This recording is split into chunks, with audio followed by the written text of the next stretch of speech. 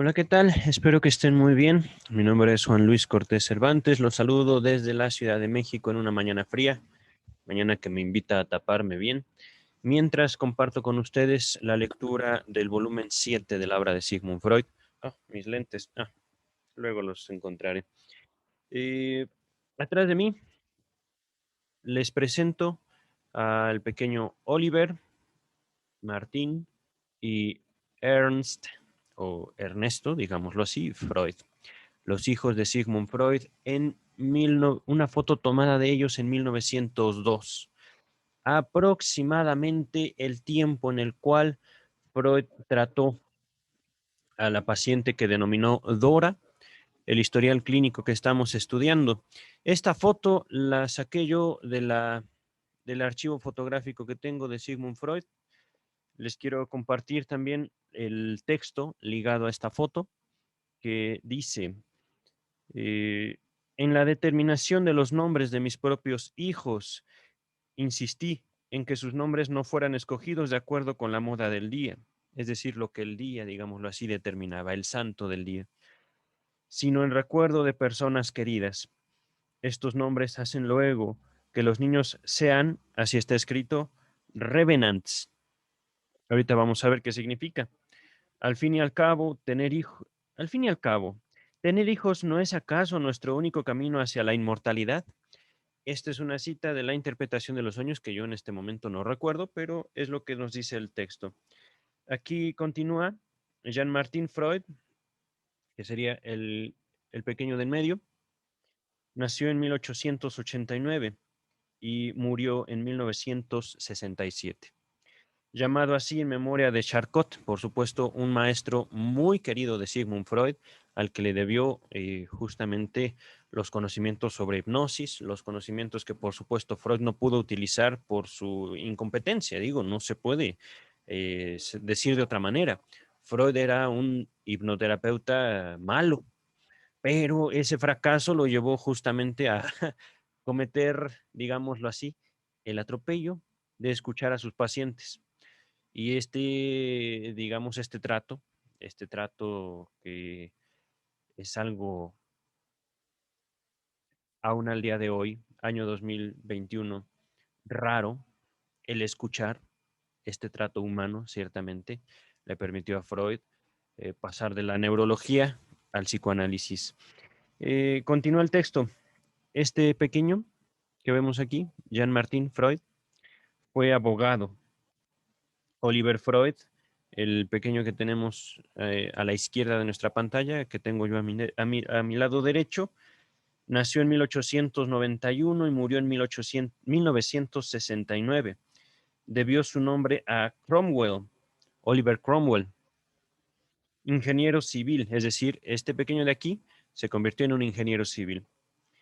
Ernst Freud nació en 1892, murió en 1970, en recuerdo de Bruck, Ernest Bruck. Y este pequeñito de aquí también perdón, él fue arquitecto. Sin más, estamos en el volumen 7 de la obra de Sigmund Freud. Estamos en el caso clínico, en el historial clínico de Dora. Volumen 7, página 7, curiosamente, tiene por título Palabras preliminares. Ya tenemos un poquito de contexto, digamos, histórico, gracias a James Strachey, sobre la paciente. Pero ahorita ya vamos a escuchar no a James Strachey, sino al doctor Sigmund Freud, eh, en 1901 aproximadamente, 1902, más o menos. Ajá. A ver, dice el texto, en 1895 a ver, un segundo, creo que apreté algo y no sé si está grabándose, sí, y el micrófono dice que está recibiendo señal. Bien, entonces, en 1895 y 1896, formulé algunas tesis sobre la patogénesis de síntomas histéricos y sobre los procesos psíquicos que ocurren en la histeria. Vámonos deteniendo poco a poco, ¿vale? Inmediatamente ligado a estas dos fechas, estos 2 años, 1895 y 1896, viene la nota a pie de página número 1. Nos dice James Strachey, el alumno de Sigmund Freud, el traductor de estas obras del alemán al inglés, nos dice, por ejemplo, en Estudios sobre la histeria, en el volumen 2, y en Etiología, la etiología de la histeria, me parece que este es de número, este texto es del el volumen 1, me estoy trabando. Entonces, en 1895, repito, en 1896, ya Freud había presentado a la comunidad médica de su tiempo algunas tesis sobre la patogénesis. Patogénesis, digámoslo en otras palabras, tra- traduciendo esta palabra especializada, pato se refiere a enfermedad. Ajá. De ahí el prefijo o digamos la palabra patología, patógeno. Ujú. Patología se refiere al estudio de la condición, digamos, de enfermedad. Ajá. Y no solo se limita, por supuesto, al ámbito psicológico. Hablando, por supuesto, del ámbito médico, al ámbito anatómico, estamos hablando de patologías. Ajá. Estamos hablando de la forma en la cual los médicos o los especialistas nombran las condiciones o las situaciones propias de una enfermedad, los síntomas, por ejemplo. Aquí la palabra patogénesis se refiere al origen de una enfermedad. Entonces, lo que en este caso el texto nos presenta se refiere, Freud está nombrando aquí las investigaciones que ya había desarrollado durante mucho tiempo, el tiempo justamente en el cual él no se distinguía como psicoanalista, sino como neurólogo, pero por supuesto siendo un médico, estamos hablando ya de una persona capacitada, ¿vale? Estamos hablando ya de una persona con una preparación, por supuesto, de acuerdo a la ciencia de su época. Ujú. Repito entonces, formulé algunas tesis, yo presenté algunas ideas formalmente en la comunidad científica de mi tiempo, estamos hablando de 1880, 1900 aproximadamente, ¿no? Es decir, a esto, al nombrar este tiempo, me refiero yo a un periodo específico. Ujú. De síntomas histéricos. El origen de la enfermedad mental manifestada en nuestros cuadros clínicos como histeria. Ujú. Les repito, esto era, digamos, 1880, 1900 aproximadamente. Al día de hoy, año 2021, ya no existe la histeria dentro de los manuales diagnósticos. Tengo junto a mí, permítanme, un breviario del Manual Diagnóstico y Estadístico de los Trastornos Mentales publicado por la Asociación Psiquiátrica Americana.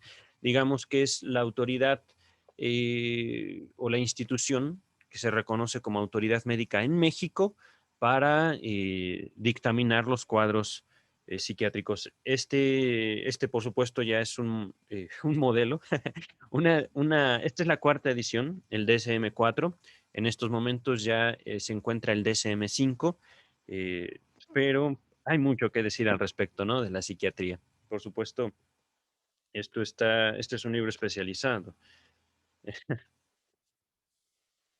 Eh, Ahorita entonces ya no hay histeria, pero es algo cuestionable. Luego hablaremos de ello, ¿vale? Ahorita continuaré la lectura. Entonces, formulé tesis sobre la patogénesis, el origen de la enfermedad o el origen de los síntomas histéricos y sobre los procesos psíquicos que ocurren en la histeria. Todo esto ya se vio en este canal. Le sugeriría, por supuesto, dedicar un tiempo a los videos del volumen 1 que tengan por título Histeria, eh, todo el volumen 2, por supuesto. Continúo ahorita con el texto. ¿Ahora qué? Tras una larga pausa, procedo a sustentarlas mediante la comunicación circunstanciada. Ahorita vamos a ver qué significa esa palabra, del historial de un caso y su tratamiento. No puedo ahorrarme este prólogo, tanto para justificar mi proceder en diversos sentidos, cuanto para reducir a un grado razonable las expectativas que pueda despertar. Bien. jurisprudencia, nos dice el doctor Freud. Voy ahorita al diccionario de la Real Academia Española para buscar la palabra circunstanciada. Ajá. Ya les podría yo adelantar que este primer texto, este primer, ¿cómo decirlo? Historial clínico que abre el volumen 7 de la obra de Sigmund Freud, de acuerdo a la edición Amorortu, está, digamos, ubicado en un tiempo muy específico. Estamos hablando de 1901 aproximadamente, año en el cual ya Freud había aterrizado muchas de las impresiones que había acumulado desde la época que estudiaba con Charcot, el gran maestro, digamos el rockstar de la neurología que inspiró el nombre de este pequeño de aquí, amigo muy querido de Freud, realmente un hito en la historia de la medicina, Jean-Martin Charcot. Su fracaso en la hipnosis, el haber escuchado a sus pacientes, específicamente a los y las histéricas, eh, para, de todo esto, adquirir una práctica médica muy específica, muy particular. Ujú. Una práctica que Freud denominó psicoanálisis. Ajá. Y una práctica que justo se basaba en la escucha. Ujú. Es que, doctor, tuve un sueño. Ahorita podríamos decir, bueno, pues es un sueño. Qué bonito sueño. O qué feo sueño. Ni modo. Pero lo que hemos estado haciendo aquí, en este espacio de YouTube, en este tiempo, digamos, de estudio, en este abordaje de la obra de Sigmund Freud, es, digamos, reconstruir la historia del psicoanálisis desde sus inicios. Ajá. No solo se trataba de que, doctor, tuve un sueño. Se trataba de insertarse, digamos, en las necesidades del paciente, porque el paciente tiene la necesidad de contarme un sueño. Ujú.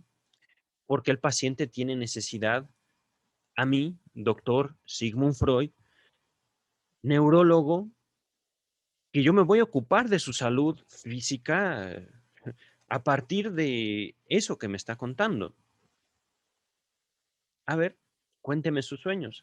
Freud, digamos, logra notar, entre otras cosas, sus fracasos como médico, como neurólogo, su propia neurosis y también a partir de la propia, digamos, interpretación de sus sueños, rehacerse de una relación consigo mismo. Estamos hablando de alrededor de 1896-1897. Eh, Estoy hablando, por supuesto, de este periodo, 1896-1897, en el cual Freud fracasa como médico en sus tratamientos hacia pacientes histéricos y, por supuesto, nota también en él su propia neurosis, su propia histeria, dolores de cabeza, entre otras muchas manifestaciones. Ajá. 1897, 24 de julio, esto lo podemos encontrar en la interpretación de los sueños. Freud interpreta su primer sueño. Y con interpreta quiere decir, él como soñante logra apropiarse de lo que ese sueño significa para él como soñante. No quiere decir que en este primer, digamos, momento de creación, momento de apropiación de la producción propia, es que es curioso cómo puede ser que nos apropiemos de una producción propia. Pues es posible. Puede sonar redundante, pero es posible y no solo es posible, sino también curioso cómo nosotros nos enajenamos, nos separamos, ignoramos lo que nosotros somos, lo que nosotros producimos, sin querer, inconscientemente. Ujú. Entonces, eh, considero apropiado esta introducción, considero apropiado este comentario. no pienso detenerme ahorita. 1897, 24 de julio, Freud interpreta por primera vez un sueño, el sueño de la inyección de Irma. Esto lo encontraremos en el capítulo 2 de la interpretación de los sueños. No recuerdo si es capítulo 2 o 3 de la interpretación de los sueños. Esta duda se puede, digamos, salvar por simplemente revisando la lista de reproducción de la interpretación de los sueños que ya está en este canal. El método de la interpretación de los sueños. Ajá, así se titula el capítulo. Entonces, en el sueño de la inyección de Irma, Freud descubre en sí muchas cosas que él mismo había apartado de sí, de su propia relación consigo mismo, reapropiándose justamente de aquello que él voluntaria e involuntariamente apartó de su conciencia, por decirlo de una manera. Esto, por supuesto, da origen no solo a una nueva relación de Freud con Freud mismo, sino a una aproximación distinta hacia sus pacientes. Estamos hablando de un periodo entre 1895 y 1897. Ya llegó mi perrito. No está conmigo en este momento. Ahorita escucho que me está rascando la puerta. Voy a ignorarlo por un momento, esperando que... Es que no quisiera yo que me estuviera interrumpiendo. Oh, tampoco puedo tener la puerta abierta ahorita por el frío. Voy a continuar. Espero que... oh. A ver, es que aquí ya estoy en un dilema. Mi perrito es como un niño. Así son los perritos. Cuando... Es que el problema va a ser este. Si yo lo ignoro ahorita, me va a seguir rascando la puerta. Si yo lo meto ahorita a mi habitación, va a rascar la puerta en otro momento para que lo deje salir. Eso es lo más probable. Estoy haciendo un cálculo ahorita, realmente no lo sé. Mm, Vamos a continuar. Entonces,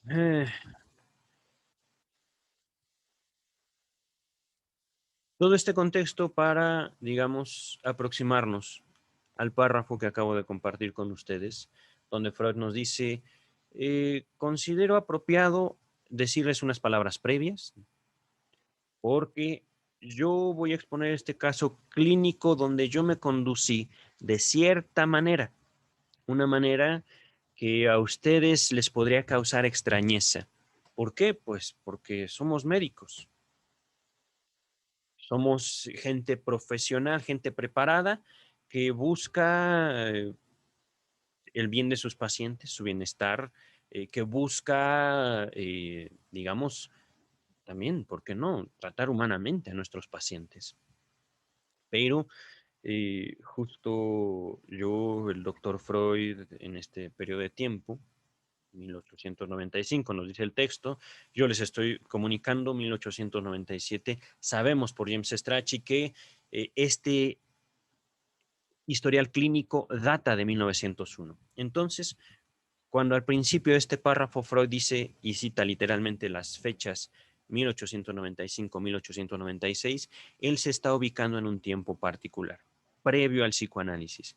El psicoanálisis podríamos decir que nace como una posibilidad humana a partir de la interpretación del sueño de la inyección de Irma en 1897 y en la comunidad médica, en la comunidad científica de, digamos, Austria, Viena, Europa. Ajá.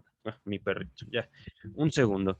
Entonces, antes de irme, el psicoanálisis nace en la comunidad científica en el año de 1900 con la publicación de la interpretación de los sueños. Regreso en un segundo.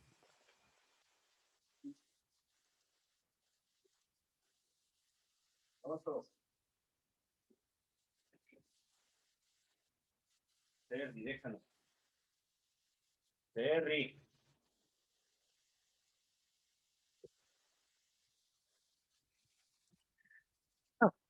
Bien. Atrás de mí está ocurriendo una pequeña revolución. No quiero dar mucho contexto porque me desviaría del texto. Simplemente vamos a continuar, ¿vale? Continúa el texto entonces. Fue sin duda espinoso tener que comunicar resultados de mis investigaciones, por añadidura de naturaleza sorprendente y poco halagüeña, sin que mis colegas tuviesen la posibilidad de controlarlos. Me acabo de dar cuenta que yo quería buscar el significado de la palabra circunstanciada del historial de un caso. Ya tenía yo aquí la Real Academia Española, circunstan, circunstan, circunstanciada. Adjetivo, que es referido o explicado con toda menudencia. Repito, con toda menudencia, sin omitir ninguna circunstancia o particularidad. Ok, entonces, digamos, una comunicación detallada del historial de un caso. Cuando yo leí circunstanciada, yo justo me vi obligado a eh, dar los eventos circunstanciales que rodeaban al caso. Pero está bien, vamos a continuar. Entonces, repito, fue sin duda espinoso tener que publicar resultados de mis investigaciones, por añadidura de naturaleza sorprendente y poco halagüeña, sin que mis colegas tuviesen la posibilidad de controlarlos. No es menos espinoso empezar a exponer ahora el juicio público una parte del material, perdón, no es menos espinoso empezar a exponer ahora al juicio público una parte del material que me permitió obtener aquellos resultados. No dejarán de hacérseme reproches. Si antes se me endilgó no comunicar nada acerca de mis enfermos, ahora se me dirá que comunico acerca de ellos lo que no debe comunicarse. Endilgó, endilgó, endilgar. La Real Academia Española nos dice que endilgar significa encaminar, dirigir, acomodar, facilitar. Una segunda definición puede decir encajar, endosar a alguien algo desagradable o impertinente. Podemos aquí aproximarnos a esta frase. Si antes se me endilgó, si antes se me inculpó de que yo no decía nada de mis enfermos, yo no decía nada de mis pacientes, ahora se me dirá que digo demasiado, eso que no debe decirse. Serán las mismas personas, lo espero, dice el texto, las que cambiarán así el pretexto para sus reproches, y de antemano renuncio a desarmar alguna vez a estos críticos. Wow.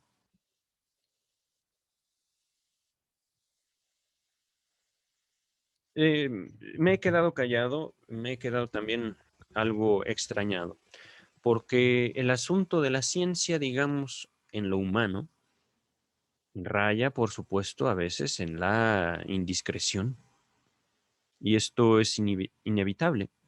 Ciertamente, aún desde, digamos, las investigaciones cuantitativas, hay que tener mucho tacto para poder, en todo caso, exponer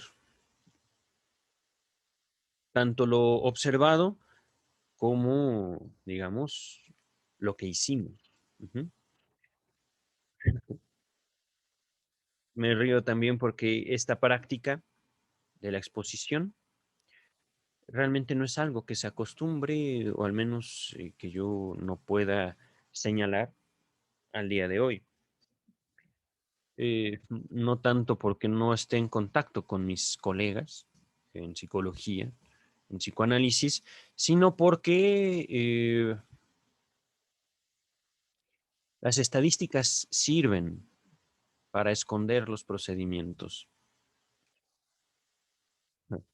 Es una cosa dialéctica, es una cosa de decir sin decir.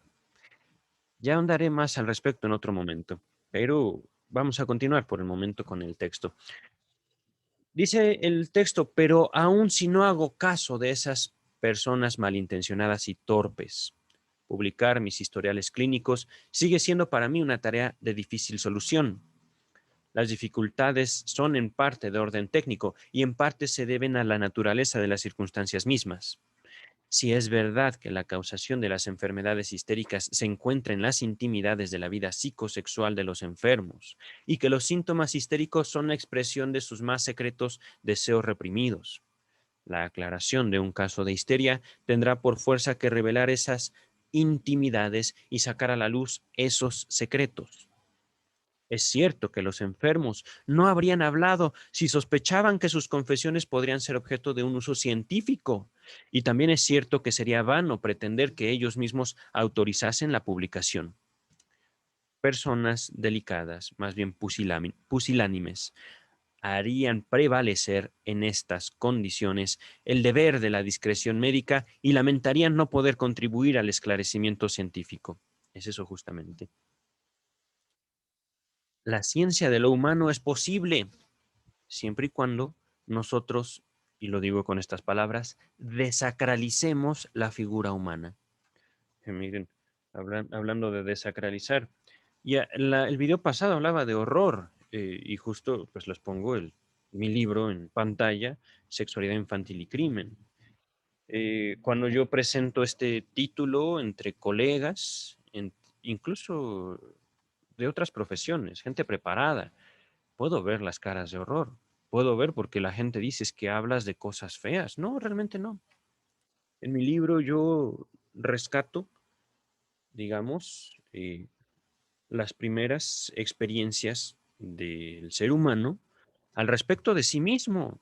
Es eso nada más. Pero, por supuesto, la gente lee sexualidad infantil y ¡uf!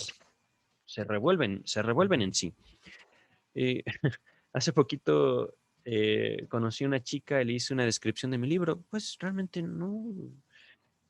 Sexualidad infantil es eh, esa primera aproximación que nosotros hicimos al placer. Es todo, es todo.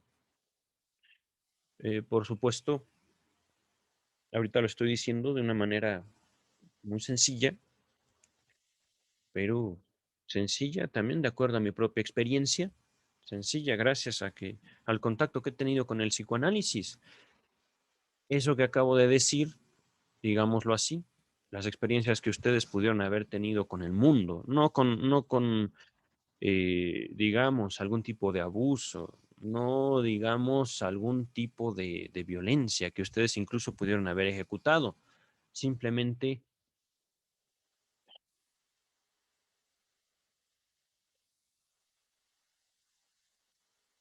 el gusto de jugar, el gusto de mecerse en los columpios, en la resbaladilla.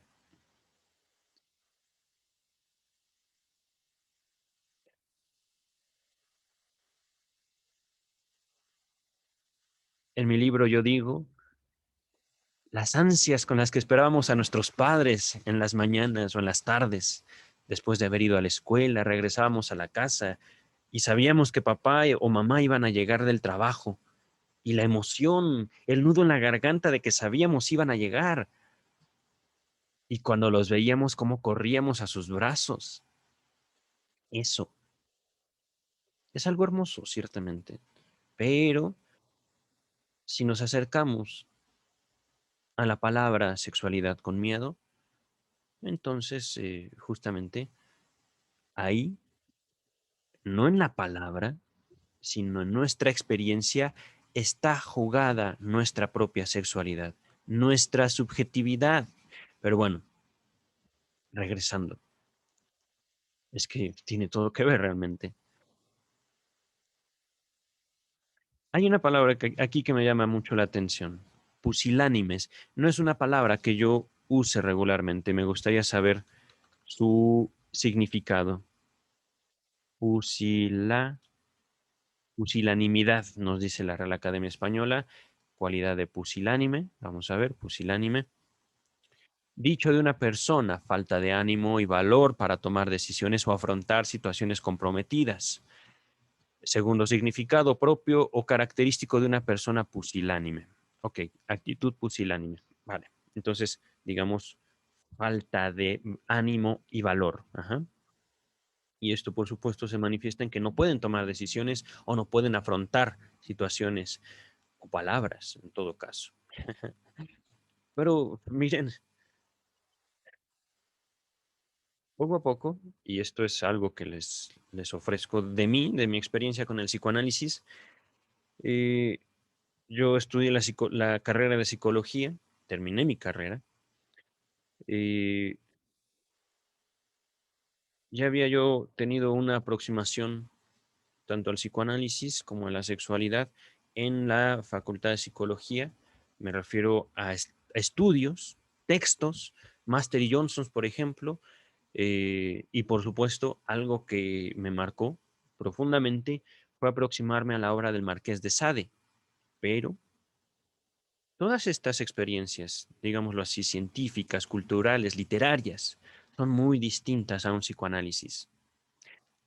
Reconocer en uno el carácter del goce, del placer y por supuesto extendiendo este carácter ya a una actividad, digámoslo así, desligada del acto sexual, es algo que le deja a uno marcas indelebles, lo nombro en mi libro. Pero por supuesto también estoy señalando mi garganta porque el nudo en la garganta, el reconocer el placer de no pagarle al doctor, de no pagarle a mi analista, es algo ciertamente que te marca. Reconocer el placer de degradar, por ejemplo. Y no estoy hablando aquí de un acto sadomasoquista, no, no, no. Estoy hablando de un acto que se lleva a cabo así, en lo común. Eso, digámoslo así, la inserción del placer inadvertidamente en los actos cotidianos, eso es lo que te marca como ser humano. Y por supuesto, si uno, digámoslo, se deshace de eso, eso no pasa y nada, sí, yo soy bueno. Y sí, sí, sí, convención social y todo políticamente correcto, entonces pues todos somos buenos, sí. Pero si uno abraza eso, uno está en camino y corre el riesgo de devenirse coanalista. Repito, uno se abraza esas manifestaciones de uno mismo, si uno reconoce los actos realizados, digámoslo así, sin querer, pero más bien actos ejecutados por una voluntad oculta propia, está en camino a devenir psicoanalista. Y por supuesto, esto tiene relación con los sueños, la interpretación de los sueños, ahí empieza todo. Continúa el texto. Personas delicadas, repito, más bien pusilánimes, harían prevalecer en estas condiciones el deber de la discreción médica y lamentarían no poder contribuir al esclarecimiento científico. También por esto el psicoanálisis no necesita de números. Y un psicoanalista y la humanidad puede verse favorecida más por la honestidad de una sola persona que por toda la estadística, manipulada, claro está, por instituciones, por científicos que buscan fama y fortuna. Continuamos. Pero yo opino, dice el doctor Freud, que el médico, a esta comunidad está dirigido el texto, no solo ha contraído obligaciones hacia sus enfermos como individuos, sino hacia la ciencia. Es ahí, digamos, donde quiero enfatizar. Se trata de hacer una ciencia humana destacando la forma en la cual nos relacionamos como seres humanos con el conocimiento y con el conocimiento no solo de los libros, aquí tengo Rousseau, aquí tengo Ferdinand de siempre se me dificulta el apellido de este sujeto, Saussure, sino con uno mismo, el conocimiento que tenemos de nosotros mismos, nuestros fracasos, el reconocerlos, es acercarnos, por supuesto, a una verdad muy personal. Es acercarnos también a una verdad que también compartimos con el resto de la humanidad. Y que también aquí quiero empezar a destacar algo que estoy introduciendo a mis nuevos textos. Siempre es limitado. ¿A qué me refiero? El contacto del ser humano con el conocimiento siempre es limitado, siempre es parcial. Aun cuando nosotros seamos lo más honestos posibles con nosotros mismos, hay algo que se nos escapa y eso es nuestra obligación como científicos, buscarlo, ir tras el conocimiento, sabiendo que el conocimiento total siempre va a estar más allá de nuestros empeños. El conocimiento total de un objeto, que en el caso del psicoanálisis se trata de el conocimiento de lo anímico inconsciente. Y digámoslo así, tras ese anímico inconsciente, el conocimiento de el carácter humano, el conocimiento, por supuesto, de la mente humana, pero no solo eso, el conocimiento profundo de la condición humana. Continúo con el texto. Y decir hacia la ciencia, repito, y decir hacia la ciencia equivale en el fondo a decir hacia los muchos enfermos que padecen de lo mismo o podrían sufrirlo en el futuro. Oh, ciencia. Aquí es importante hacerlo notar. Estoy escribiendo un texto titulado Conocimiento y Estado. En este texto eh, estoy como detallando la relación entre el Estado y la evolución del conocimiento. Ajá. Estoy ahorita introduciendo el carácter familiar en la transmisión de conocimiento, lo cual me encanta, pero este tipo de, digamos, libros, este tipo de conocimientos, este tipo de clasificaciones, cuadros clínicos, ciertamente, ya les había dicho, esta es la edición anterior, ¿no? La edición 5, el DSM-5 es el que está vigente al día de hoy, 2021. Ujú. Pero, sin duda, podría yo, como estudioso del Estado, señalar, esto es evidencia de una organización, de un Estado, de autoridades especialistas. Ajá. No estoy cometiendo ningún atropello, no estoy atacando a nadie aquí, estoy describiendo lo que yo vivo y lo que observo. Ajá. Esto es ciencia, sin duda. No puedo decir que no. Sin embargo, estamos también estudiando la experiencia de un científico, del padre de estos niños. Ya está. Estaba yo buscando mi pantalla donde yo puedo verme. Ajá. El padre de estos niños fue formado con fue formado como científico bajo el cuidado de las grandes mentes de su época. Y sabemos, no solo por eh, ¿cómo decirlo? No solo por la historia del psicoanálisis, por la historia de la ciencia, que yo les comento, ya en este DSM-4 ya no hay histeria, ya no hay neurosis. En el DSM-2 sí la había. A partir del DSM-3 ya no. No recuerdo realmente si lo hay en el DSM-5. Le di una leída rápido, pero ya tiene al menos unos meses que lo leí. Pero el punto es lo siguiente.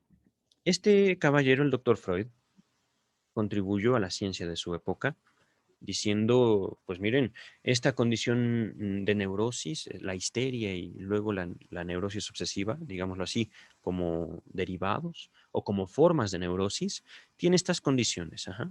Se forma así, así, así. Y yo encontré una relación entre la sexualidad y la neurosis. Por supuesto, la histeria y la obsesiva. Ajá. Y es esta la relación. Tas, tas, tas, tas, tas, tas, tas. Ok. hablando en representación de la comunidad médica, bien, doctor Freud, lo que me dice me cuesta trabajo aceptarlo, me cuesta trabajo reconocer que hay hombres histéricos, porque histeria quiere decir útero, literalmente. Pero bueno, cedémosle a usted, doctor Freud, la razón. Yo, Havelock Ellis, Evincraft, Jung, Adler, etcétera, etcétera, etcétera, etcétera, aceptamos lo que usted propone, doctor Freud. Sin embargo, esta comunidad científica, esta comunidad que por supuesto no pudo vivir más, porque son seres humanos, murieron, igual que estos pequeños que tengo a mis espaldas, los amados hijos del doctor Sigmund Freud, murieron para ceder paso a nuevas generaciones, generaciones que no pudieron sostener la neurosis. Lo digo así, no pudieron sostener la neurosis. El Manual Diagnóstico y Estadístico dictado por autoridades médicas estadounidenses, que por supuesto son reconocidas en México como observaciones importantes, como observaciones valederas para la comunidad mexicana, para la comunidad, digámoslo así, la sociedad de la cual yo formo parte. Ujú. Dijeron los americanos, a partir de 1970, ya no hay histeria, ya no hay neurosis, ya no hay neurosis obsesiva. Ahora lo vamos a llamar trastorno obsesivo compulsivo, TOC. Ok, las comunidades médicas mexicanas dijeron, ok, así será. Y así se llama hoy. Ya no hay neurosis, ya no hay sexualidad. ¿Para qué? ¿Para qué ocuparnos de ligar la condición patológica con o como una forma de vivir la sexualidad propia? La sexualidad propia. Es que eso de sexual es muy espinoso. Eso de sexual como que no, porque es que yo también como médico, como psiquiatra, yo también tengo gustos sexuales, ¿por qué no decirlo? Yo también soy un ser sexual. ¿Y qué tal si yo podría ser neurótico? No, mejor no. No, ya no hay neurosis. ¡Puf! Desapareció, digámoslo así, el problema.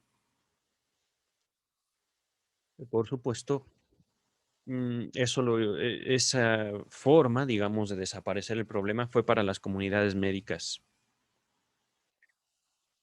no para la población. ¿A qué me refiero?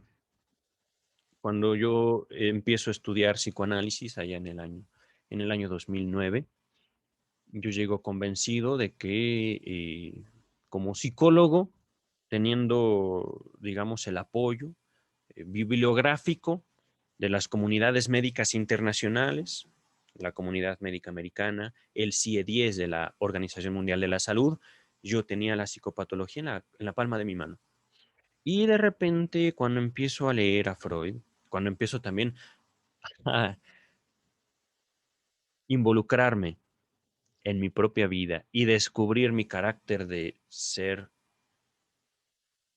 sexual, que gozo, que siento placer y si siento dolor, entonces empiezo a notar que esa categoría de la comunidad médica llamada neurosis realmente no ha desaparecido, simplemente ya no se la reconoce. Y esto es mi experiencia personal, ¿vale? Esto ha sido mi camino dentro del psicoanálisis, no en la universidad, repito. Entonces, eh, ahorita estamos dando cuenta o trato de dar cuenta de la forma en la cual como sociedades construimos conocimiento. Tenemos expertos, los expertos se ponen de acuerdo. Y hay que confiar en los expertos porque son expertos. Sin embargo, ya cuando los expertos pueden establecer un conflicto de intereses o buscan en todo caso apartarse de su propia humanidad a través de los números, a través de las estadísticas, entonces digo yo que es momento de cuestionar a los expertos. Es momento de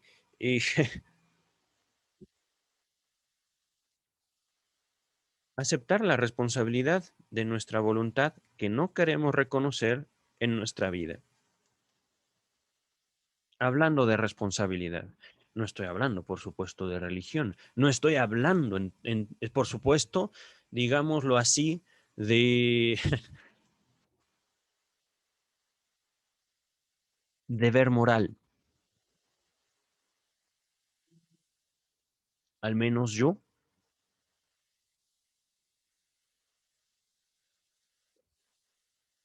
Por esto me llamo psicoanalista, por esto bueno, me nombro psicoanalista, me atribuyo el adjetivo psicoanalista. Yo quiero saber mi verdad. Yo quiero saber también la verdad sobre el ser humano. Por eso, por eso justamente titulé mi libro Sexualidad infantil y crimen. Porque nos guste o no, los niños sienten. Eso es todo. Ahí está sexualidad infantil. Los niños sienten. No digo nada más que los niños puedan ser abusados, no. Los niños pueden abusar también. Los niños sienten y hay que cuidarlos. Caramba, es todo. No hay por qué, digamos,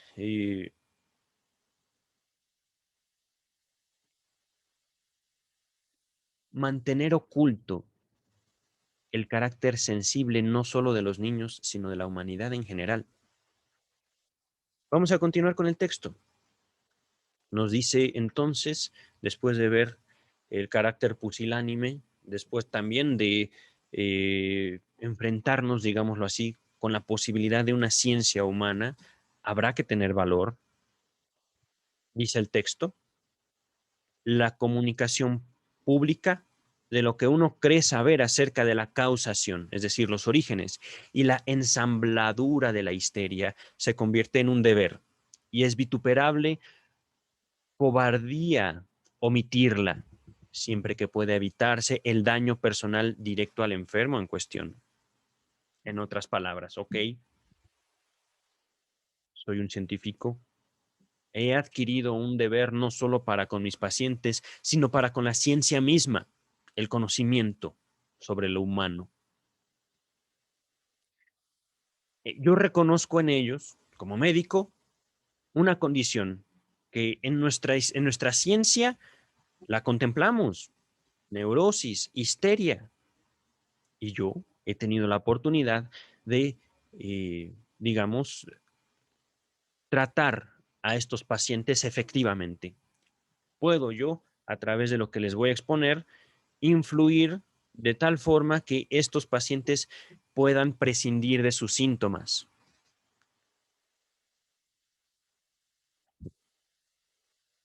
Me gustaría continuar ahorita con el texto, porque esto de puedan prescindir, aquí ya estoy sacando al doctor Freud de su carácter de médico.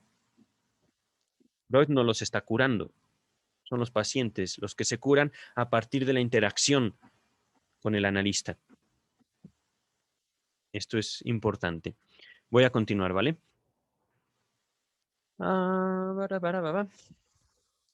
Estábamos en cuestión, digamos, de una cobardía, de una eh, ocultación, digamos, del carácter humano, del trabajador de lo humano. El carácter humano, esto es lo que se quiere ocultar, el carácter humano del trabajador de lo humano. Ajá. ¿Quién vigila a los vigilantes? Diría Watchmen. Pero bueno, eh, voy a decir, ahorita estoy tomando las palabras de Freud y planteándolas desde otro punto de vista, ¿no? Voy a decir todo lo que sea necesario, siempre y cuando yo no dañe a mis pacientes. Esa es mi actuar, mi compromiso para con la ciencia y para con mis pacientes, ¿vale? Eso es justamente lo que yo he resuelto en mí. Continúa el doctor Freud. Creo haberlo hecho todo para impedir que mi paciente sufra ese daño, es decir, verse expuesto. Ajá. He escogido a una persona cuyas pericias no tuvieron por escenario a Viena. Viena es donde vivía Freud. sino a una remota y pequeña ciudad de provincia. No sabemos dónde. Ajá, y no voy a decirlo dónde.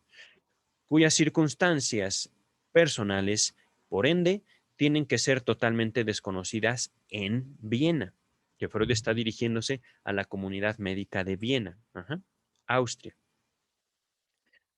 Y desde el comienzo he guardado con tanto celo el secreto del tratamiento que un solo colega digno de toda confianza puede saber que esa muchacha fue mi paciente.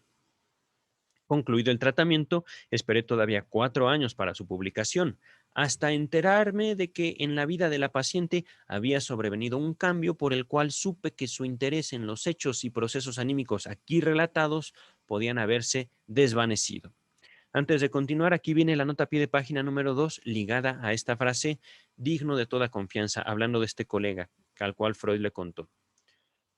Fliess, Wilhelm Fliess, nos dice James Strachey. Wilhelm Fliess, sin duda. Véase la página 3 y 4. Esto, la página 3 y 4 fue la introducción de James Strachey, el video pasado, ¿vale? Vamos a continuar. Entonces, ya Freud se autoriza a sí mismo, no solo después de haber concluido el tratamiento, sino que después de concluido el tratamiento tiene contacto con su paciente y la paciente dice, ya no me acuerdo de eso, ya, eso ya es historia pasada, ya ni es mío, ciertamente era de ella, pero estoy ahorita tratando de ilustrar este texto, ¿vale? A ver, ¿en qué me quedé? Ok, como es natural, dice el texto, no he conservado ningún nombre que pudiera poner sobre la pista a un lector ajeno a los círculos médicos. Por lo demás, la publicación en una revista especializada estrictamente científica servirá como protección frente a tales lectores no especializados. Recordemos, este texto original fue publicado justamente en una revista científica especializada. Es que, pues sí, hay especialistas. ¿Qué le vamos a hacer? Hay autoridades, hay Estado.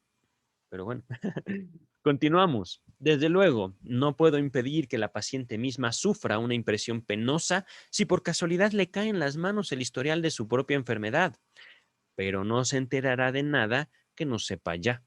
Y podría decirse a sí misma que muy difícilmente otro averigüe que se trata de su persona. Doctor Freud, comentario propio. eh, Mire, ciertamente, usted conoce mejor a la paciente que yo, pero está usted ya imponiendo una posible opinión a su paciente. Digo, no sea así. Es una persona, creo yo, que con voluntad a decidir sobre sus propias emociones, si se enoja o no con usted, pues ya será problema de usted por estar publicando su historial clínico. Vamos a continuar, ¿vale? Sé que hay, dice el texto, al menos en esta ciudad, Viena, repito, muchos médicos que, cosa bastante repugnante, querrán leer un caso clínico de esta índole como una novela con clave destinada a su diversión y no como una contribución a la psicopatología, es decir, al estudio de las enfermedades mentales, de las neurosis, dice el texto, ¿vale? No como una contribución a la psicopatología de las neurosis. A esta clase de lectores les aseguro que todos los historiales clínicos que tal vez publique en lo sucesivo burlarán su sagacidad mediante similares garantías de secreto, aunque este propósito me obligue a restringirme enormemente en el uso de mi material. Ahora bien, en este historial clínico, el único que hasta ahora he podido arrancar a las limitaciones de la discreción médica y a lo desfavorable de las circunstancias, se elucidan, es decir, se pueden mm, distinguir con total franqueza relaciones sexuales. Se llama por sus verdaderos nombres a los órganos y funciones de la vida sexual, y el lector casto puede convencerse de mi exposición, perdón, puede convencerse por mi exposición de que no me ha arredrado tratar de tales asuntos y en semejante lenguaje con una joven. Esta palabra arredrado me causó dificultad, no suelo usarla en mi día a día. Voy a buscarla en la Real Academia. Arredrar, nos dice la Real Academia Española, apartar o separar. podemos entonces entenderlo como no me ha impedido. Estamos, repito, hablando de un doctor. Esto fue escrito por el doctor Sigmund Freud, un especialista. Ajá. Podríamos decir que bajo su carácter de profesional, el doctor Freud pues no le daba pena, ciertamente, y no era la primera persona. Que eso es también parte de lo que ocurrió en el autoanálisis de Freud, así como yo les dije, en cuanto yo me describo y me encuentro, me descubro como un sujeto que siente, que puede experimentar dolor, que decide, por supuesto, qué va a hacer con eso. Yo adquiero una relación conmigo mismo distinta a la que yo tuve durante toda mi carrera en psicología. Cuando el doctor Freud analiza por primera vez un sueño suyo, el sueño de la inyección de Irma, capítulo 2 de la interpretación de los sueños, el método de la interpretación de los sueños se llama. El doctor Freud dice, ay caramba, soy una fichita. Y por cierto, también gozo, soy un ser sexual. A partir de eso, 1897, Freud empieza a rastrear, digámoslo así, la evolución no de las relaciones sexuales de un paciente. Eso es burdo. Ajá. La relación de un sujeto consigo mismo, lo que a él o a ella le provoca dolor de sus propias producciones, aquello de lo cual no quiere saber nada, pero no del mundo, de sí mismo, y a partir de eso, de los demás. Es que justamente todo empieza en la relación con uno mismo. Todo empieza, digámoslo lacanianamente, en la relación que establecemos con el lenguaje, con las palabras. El significado, el valor, el dolor, el miedo o el placer del cual se desprenden las palabras hacia nosotros. Eso es subjetividad. Continúo con el texto, ¿vale? Hablando ya en un sentido estricto de lo que estamos leyendo, de lo que estoy compartiendo con ustedes, el doctor Freud dice, bueno, ok, el caso, o la joven, pues, ¿qué creen? Sentía,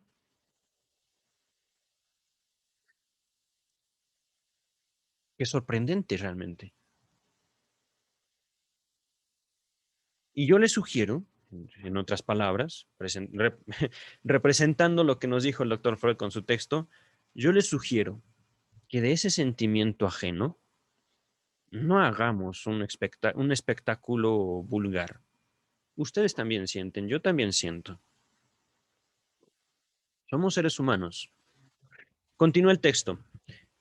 También debo defenderme de este reproche. Es decir, doctor Freud, ¿cómo puede estar hablando usted de cosas sexuales con una joven? En primero, porque soy médico. En segundo, porque soy especialista en neurosis. En tercero, porque si yo no lo hago como experto, ¿quién más? ¿Quién más? Dice, estoy ahorita poniendo palabras en boca del doctor Freud, pero son palabras, es un pensamiento que se puede entender de lo que hemos leído en este video nada más. Continúa el texto. Reclamaré para mí simplemente los derechos del ginecólogo, o mejor dicho, unos mucho más modestos.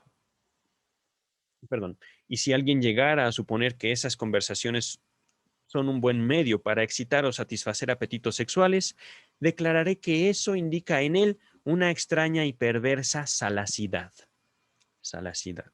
No sé qué significa, pero voy a terminar. No, aquí viene un párrafo un poquito más grande. Voy a ver qué significa salacidad. Salacidad. Nos dice la Real Academia Española. A ver, aquí está. Inclinación vehemente, es decir, inclinación muy fuerte a la lascivia, por si requieren esto. La lascivia, nos dice la Real Academia Española, propensión a los deleites carnales o un apetito inmoderado de algo. Es decir, babeamos o babean. Estas personas que aseguran que platicar con alguien al respecto del sexo, al respecto de los genitales, en eso ya hay. digámoslo así, la inclinación a pervertir al otro, es porque justamente son perversos. Es que en serio, cuando,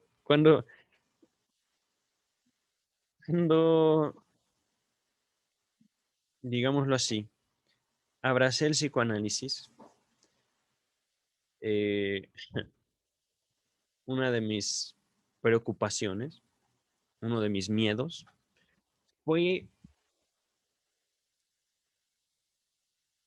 es que así como yo reconozco eso íntimo en mí, que siento y que hago algo con ese sentir,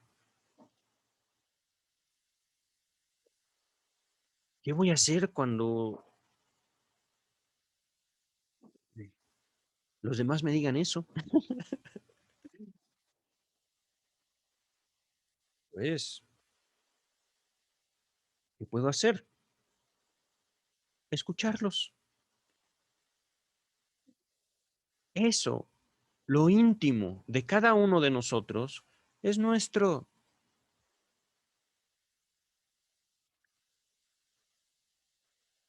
Eso que nos conforma como seres humanos, lo que nosotros sentimos, con lo que sentimos y lo que hacemos con eso, está en la palma de nuestra mano siempre, incluso desde niños. Ese es el punto.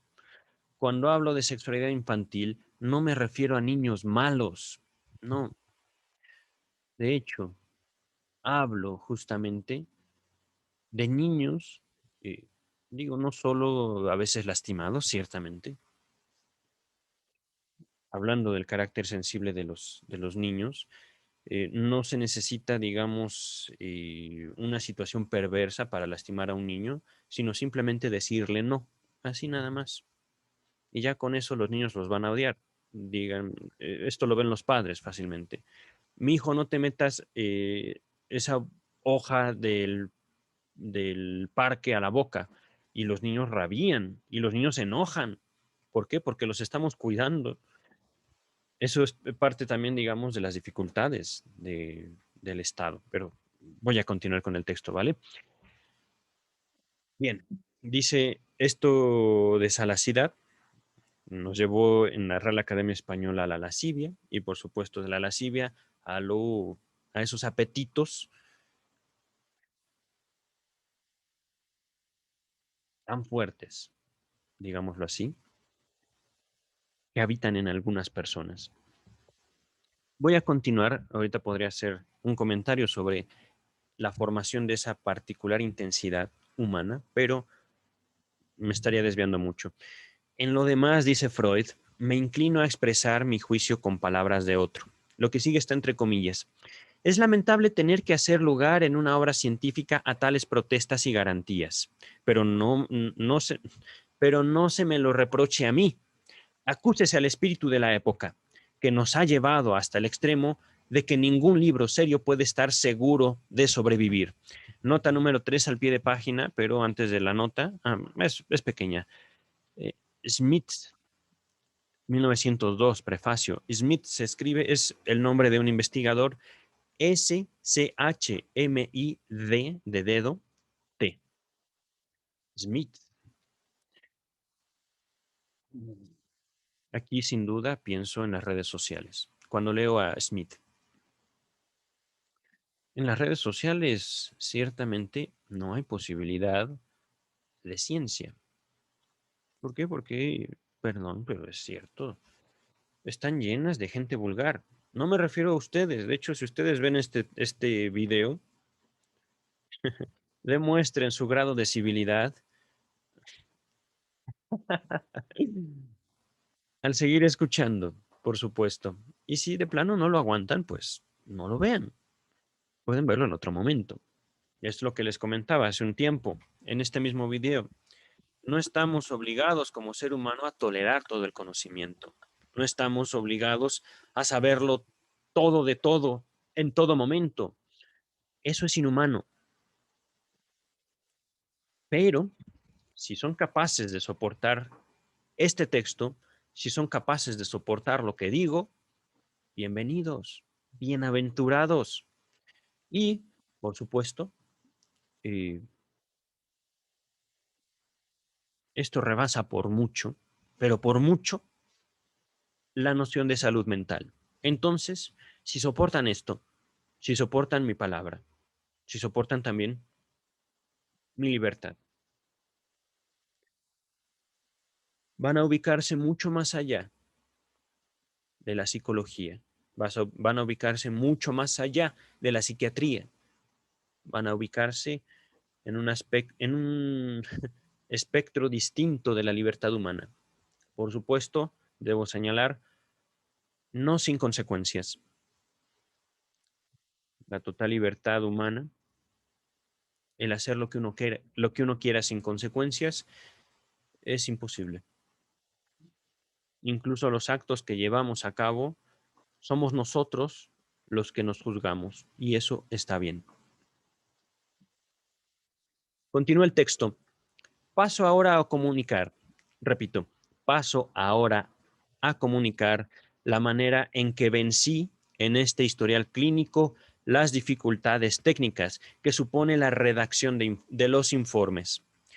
Esas dificultades son muy grandes para el médico que cotidianamente tiene que realizar 6 u 8 tratamientos de esta clase y no puede tomar notas durante la sesión misma, pues ello despertaría la desconfianza del enfermo y perturbaría la recepción del material por parte de aquel.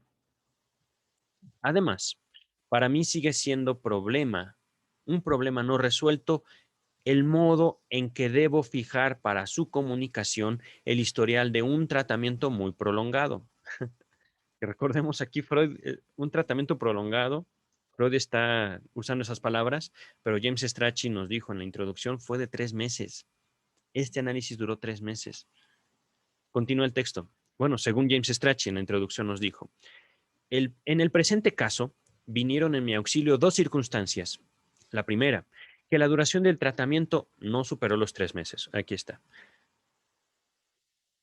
La segunda, que los esclarecimientos se agruparon en torno de 2 sueños, uno contado hacia la mitad de la cura y el otro al final, que puse textualmente por escrito enseguida determinada la sesión y pudieron proporcionarme un apoyo seguro para la trama de interpretaciones y recuerdos que se urdió desde allí. En cuanto al historial clínico mismo, lo redacté solo después de concluida la cura, apoyándome en mi memoria, aun cuando tenía su recuerdo fresco y avivado por el interés de la publicación. Viene aquí la nota a pie de página número 4, nos dice James Strachey en esta nota. Freud había intentado publicar el trabajo inmediatamente después de concluir su redacción. Ok, continuamos. Por el registro, perdón, por ello, el registro no es absolutamente o fonográficamente fiel, pero puede reclamar una gran confiabilidad.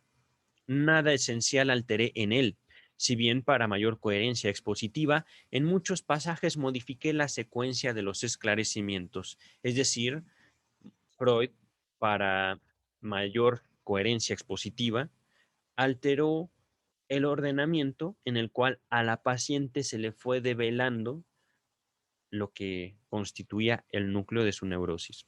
Continúa el texto. Ahora, ahora paso a señalar lo que se hallará en este informe y lo que se echará de menos en él. Originariamente el trabajo llevaba por título, entre comillas, Sueños e histeria, que me parecía muy apto para mostrar cómo la interpretación de los sueños se entreteje en el historial de un tratamiento y cómo, con su ayuda, pueden llenarse las amnesias y esclarecerse los síntomas. No sin buenas razones, hice preceder en el año de 1900, un laborioso y exhaustivo estudio sobre el sueño a las publicaciones que me proponía hacer sobre la psicología de las neurosis.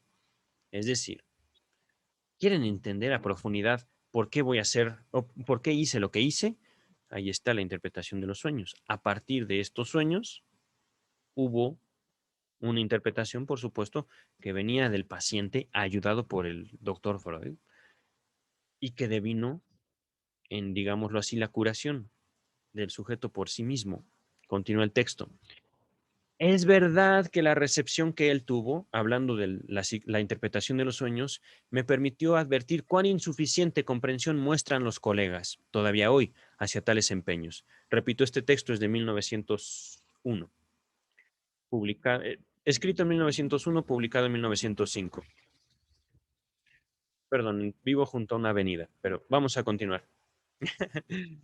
En este caso, no era válida la objeción, es decir, ¿cómo decirlo? Objeción. ¿Por qué tengo la necesidad ahorita de dar sinónimo de objeción? Objetar el reclamo. No era válido el reclamo de que por haber yo recateado, o recas- retaseado, ¿ok?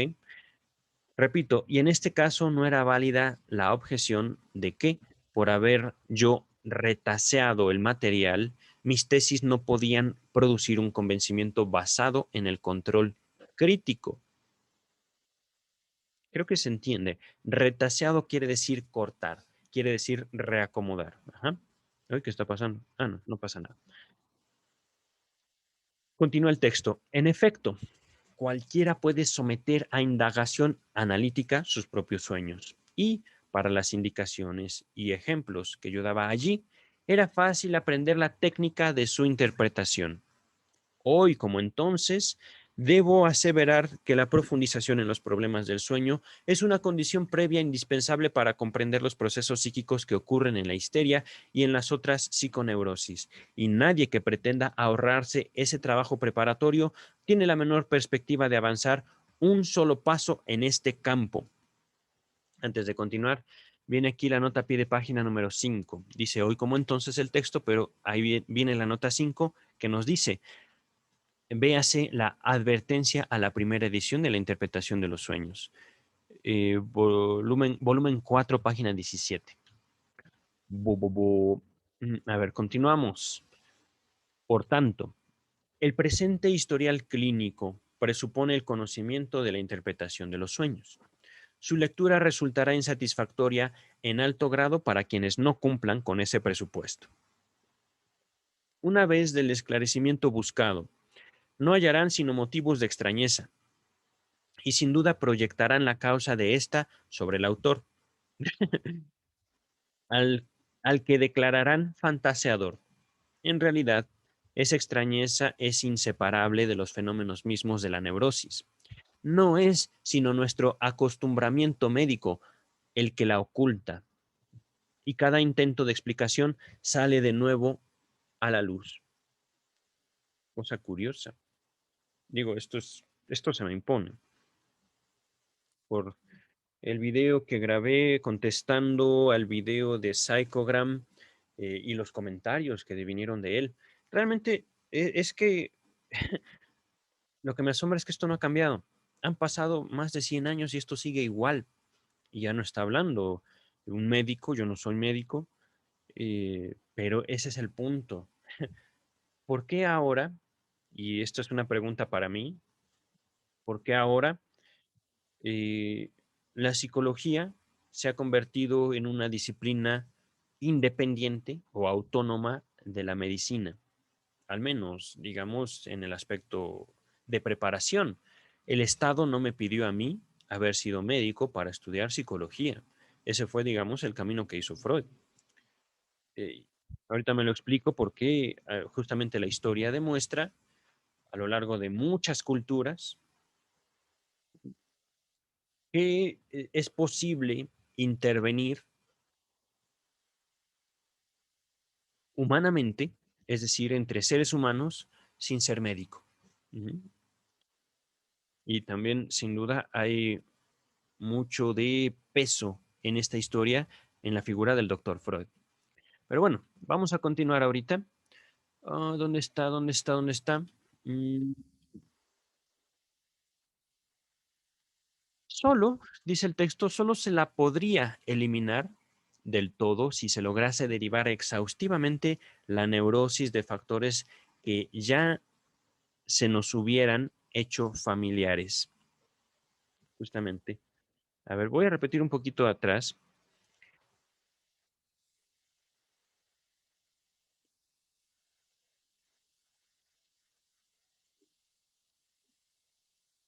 nos advierte Freud, para entender este historial, tendrán que haber leído La interpretación de los sueños. Al final de este video les dejo un link a toda la lista de reproducción de La interpretación de los sueños. Nos detuvimos, como en este caso, en cada palabra que resultaba difícil o cada párrafo, cada idea, digamos, desprendida de ella. Eso es también un ejemplo de análisis. Es que, lo quiera o no, estoy haciendo psicoanálisis del psicoanálisis. Nos dice entonces, quería repetir, en vez del esclarecimiento buscado, no hallarán sino motivos de extrañeza si no han leído la interpretación de los sueños, y sin duda proyectarán la causa de esta extrañeza sobre el autor, al cual declararán fantaseador. En realidad, esa extrañeza es inseparable de los fenómenos mismos de la neurosis. No es sino nuestro acostumbramiento médico el que la oculta, y cada intento de explicación sale de nuevo a la luz.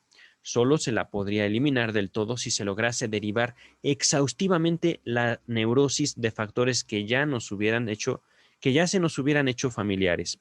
Pero todo indica, al contrario, que el estudio de las neurosis nos moverá a hacer muchos supuestos nuevos, que solo poco a poco se convertirán en objeto de un conocimiento seguro. Antes de continuar,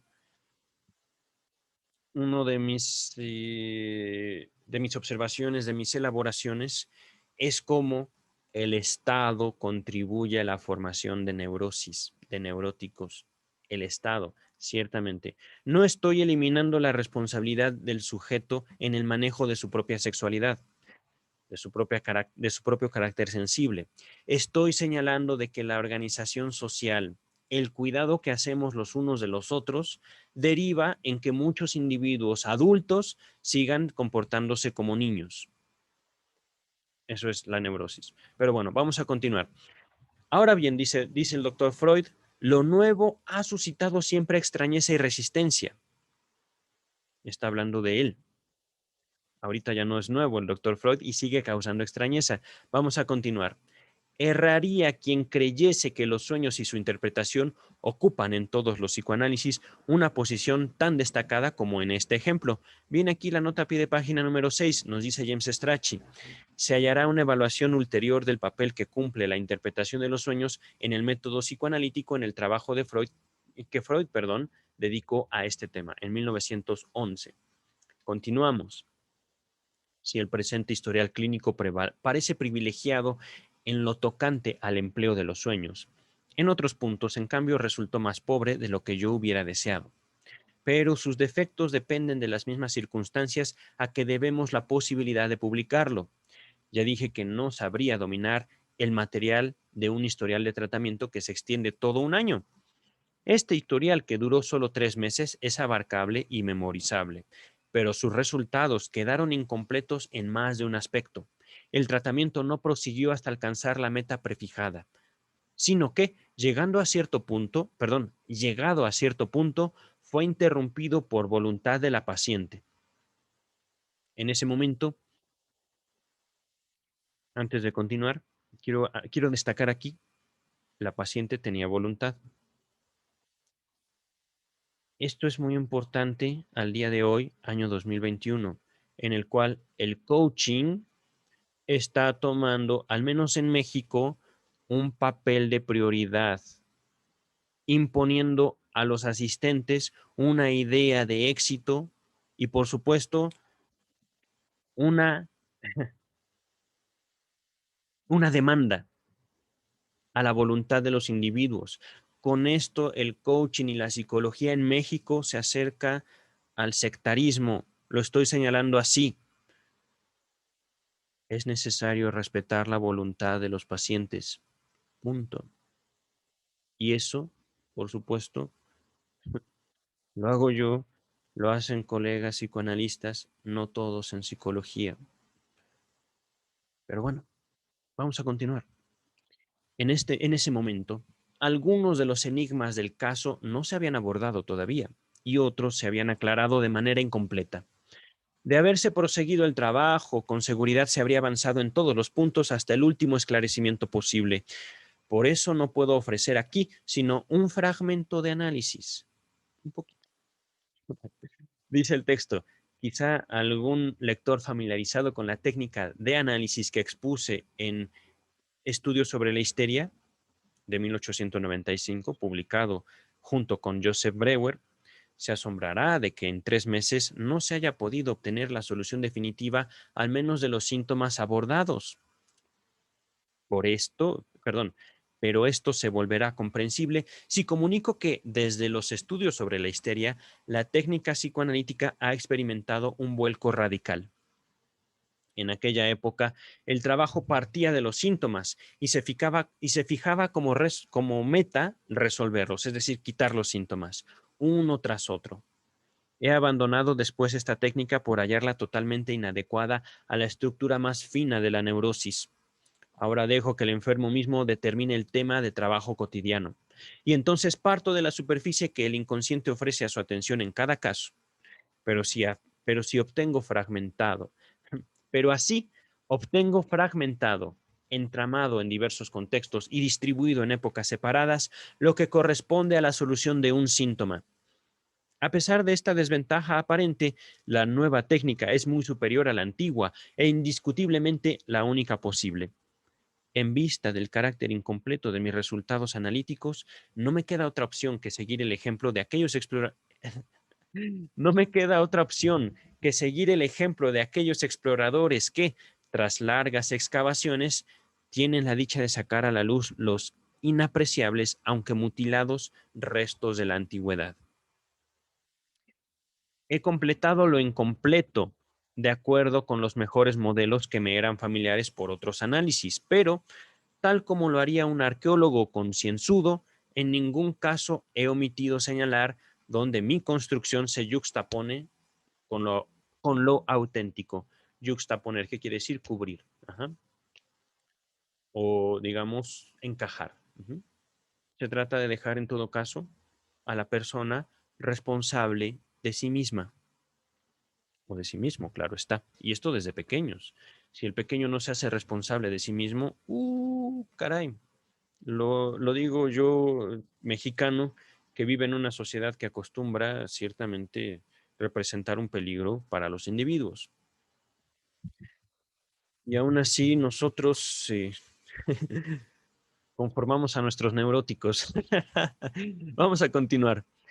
En otra clase de insuficiencia que yo mismo deliberadamente he introducido, es decir, no solo mi tratamiento deja que desear, sino que también yo voy a hacer que deje que desear.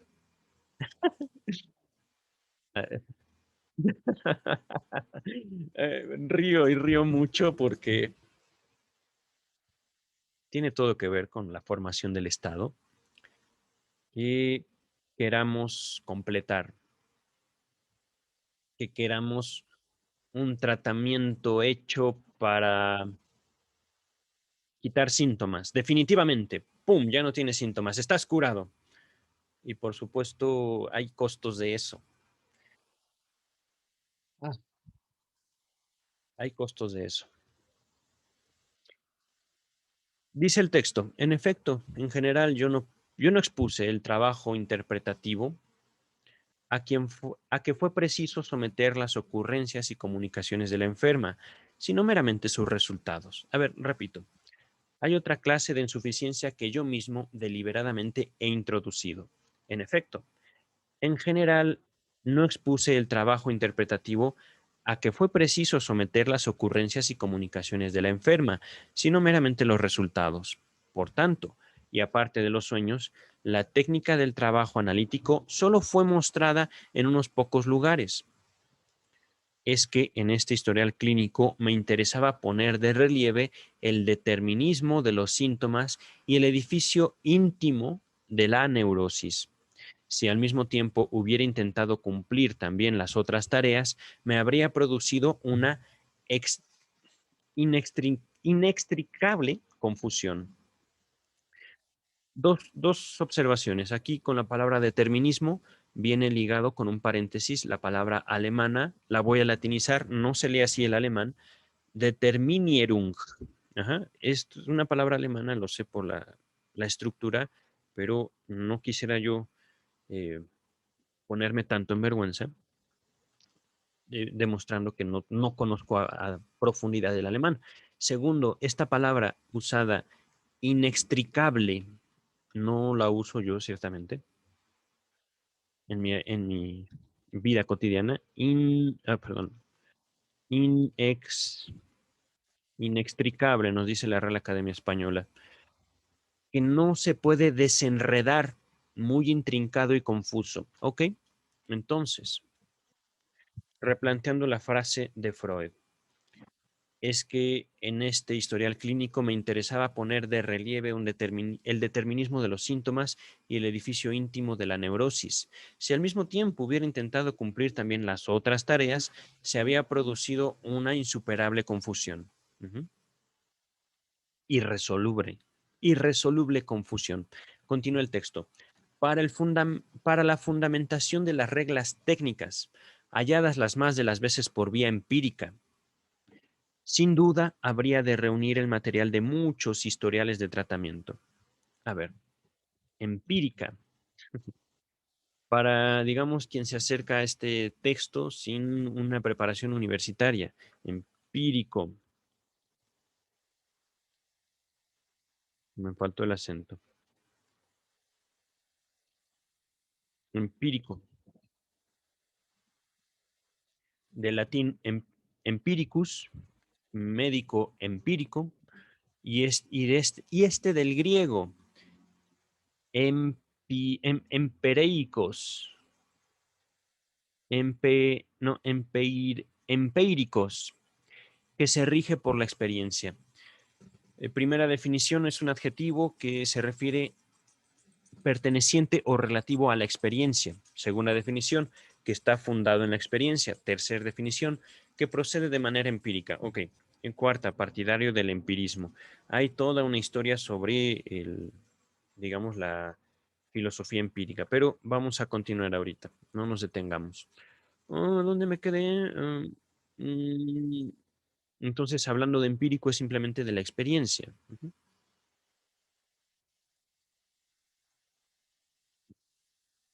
No imagine, perdón, dice el texto, no se imagine, empero, muy grande la mutilación que pueda ocasionar la omisión de la técnica en este caso. Justamente la pieza más difícil del trabajo técnico no estuvo en juego con enferma. En efecto, el factor de la, entre comillas, transferencia de que se habla al final del historial clínico, en las páginas 101 y siguientes, no fue examinado en el curso del breve tratamiento. De una tercera insuficiencia, permítame, ya estamos a una página de terminar. De una tercera insuficiencia de este informe, ni la enferma ni el autor tienen la culpa. Es evidente que un único historial clínico, aunque fuera completo y no dejara lugar a dudas, no podría dar respuesta a todas las preguntas que plantea el problema de la histeria. Siempre parcialidad. Está bien. Les hablaba ya de la relación del ser humano con el conocimiento. Es siempre parcial y no podemos culpar al ser humano. No puede más. Hay personas que no pueden. Es todo. Pero, por supuesto, esta relación va a variar con el tiempo. Y, por supuesto, el conocimiento, como les comentaba en un principio del video, será perseguible. La ciencia no se acabará. Y en eso, como científicos, debemos de dar las gracias. Vamos a continuar. No puede ponernos en, no puede ponernos en conocimiento, hablando de este caso clínico, de todos los tipos de contracción de la enfermedad, ni de todas, ni de todas las conformaciones de la estructura interna de la neurosis, ni de todas las variedades de trabazón entre lo psíquico y lo somático. Somático se refiere al cuerpo, posibles en la histeria. De un solo caso no puede pedirse razonablemente más que lo que puede brindar. Exacto, es que es la humanidad. Continúa el texto. En cuanto a aquellos que no han querido creer hasta ahora en la validez universal y sin excepciones de la etiología psicosexual en la histeria, difícilmente adquirirán esa convicción por el conocimiento de un historial clínico. Lo mejor que pueden hacer es posponer su juicio hasta adquirir su propio trabajo. Repito, lo mejor que pueden hacer es posponer su juicio hasta adquirir por su propio trabajo el derecho a tener una convicción. Nota 7. Esta es una nota hecha por Freud, pero nos dice James Strachey, el traductor, que esta nota se agregó en 1923. Dice Freud, el tratamiento aquí comunicado se interrumpió el 31 de diciembre de 1899. Dice Strachey, debería decir 1900. Esto se aclaró en la introducción de James Strachey. Continúa Freud en la nota 7. Redacté el informe sobre él, es decir, sobre el tratamiento, en las 2 semanas subsiguientes, pero solo en 1905 lo publiqué. No podría esperarse que más de 2 decenios de trabajo continuado no modificarían en nada la concepción y exposición de un caso patológico como este, pero evidentemente sería absurdo poner up to date, palabra inglesa o frase inglesa del idioma inglés, este historial clínico mediante correcciones y ampliaciones, adecuarlo al estado actual de nuestro saber. Por tanto, lo he dejado intacto en lo esencial y solo he mejorado en su texto algunos descuidos e imprecisiones sobre los que llamaron mi atención mis destacados traductores ingleses, el señor James Strachey y su esposa. Lo que me pareció admisible en el material de agregados críticos lo incorporé en notas añadidas al historial clínico, de suerte que el lector tiene derecho a suponer que todavía sustento las opiniones expuestas en el texto cuando en las notas no se diga lo contrario. El problema de la discreción médica que me ocupó en este prólogo no se cuenta para los otros historiales clínicos completos en este volumen. Véase más adelante. En efecto, 3 de ellos se publican con el expreso consentimiento de los pacientes. En el caso del pequeño Hans, el de su padre. Es decir, el padre del pequeño Hans fue quien dio el consentimiento y quien realizó el tratamiento. Pero continúa el texto. Mientras que en el cuarto, el caso de Schreber, el objeto de análisis no es propiamente una persona, sino un libro escrito por ella. Ese es fabuloso, el caso del jurisprudente. Imagínense esto, es un adelanto. Un doctor en derecho, un juez, que de repente, puff, tiene un sueño, se despierta y piensa, sería, sería fabuloso ser una mujer poseída en el acto sexual. Eso es lo que piensa el doctor Schreber y de repente entra en un delirio que toma parte, digamos, de su vida, delirio que fuerza a la familia del doctor Schreber a internarlo en un hospital psiquiátrico. Y Freud nunca trató a Schreber, se los adelanto. Freud hizo un análisis de las memorias del doctor Schreber en su tratamiento psiquiátrico. Eso es lo fabuloso. Eh, Sin tener contacto con Freud, el doctor Schreber hace, digámoslo así, un empeño de curación propia. Teniendo los mejores psiquiatras de su época, el doctor Schreber dice, espérenme tantito, esto es mío y yo me lo llevo. Y hasta cierto punto, Schreber, no puedo decir que se cura a sí mismo, pero sí se reintegra a su vida. Eso es lo fabuloso, lo especialmente hermoso del caso de Schreber, y que no lo cuenta Schreber en su libro que Freud analiza. Y por supuesto, de ahí deriva, digamos, el psicoanálisis de la psicosis. Pero vamos a continuar. Esta nota 7 es la que finaliza el capítulo que estamos abordando. Nos dice Freud. En el caso de Dora, el secreto se guardó hasta este año. Durante largo tiempo no tuve noticias de ella, pero recientemente me enteré de que, enferma por otras razones, confió a su médico que de muchacha había sido analizada por mí. Entonces mi colega, un hombre bien informado, la reconoció como la Dora de 1899. También aquí dice Strachey, debería decir 1900.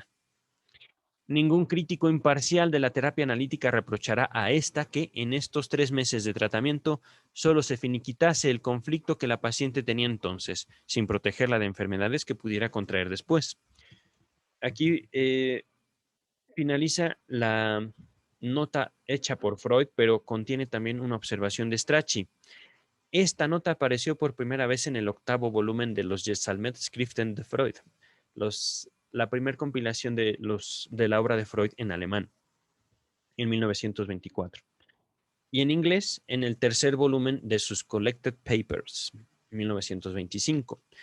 Cada uno de esos volúmenes contenía sus 5 historiales clínicos más extensos, o sea, además del presente, los casos mencionados en esta nota del pequeño Hans, el hombre de las ratas, de Schreber y el hombre de los lobos. Acerca de la posterior historia de Dora, véase el trabajo de Félix Dutsch, no, perdón, Deutsch, en 1957. Aquí finaliza ya la nota preliminar, digamos las palabras preliminares del caso de Dora. Estamos en este momento en la página número 13 del volumen séptimo de la obra de Sigmund Freud. Les agradezco mucho su atención, su paciencia. Espero que tengan menos frío que yo. Yo voy a ocuparme ahorita, estoy muy emocionado de mi propio libro sobre psicología. Estoy teniendo grandes avances. Estoy también ocupándome de otros proyectos y, por qué no decirlo, me gustaría aterrizar ya un proyecto institucional propio, un proyecto, digámoslo, de transmisión del psicoanálisis, eh,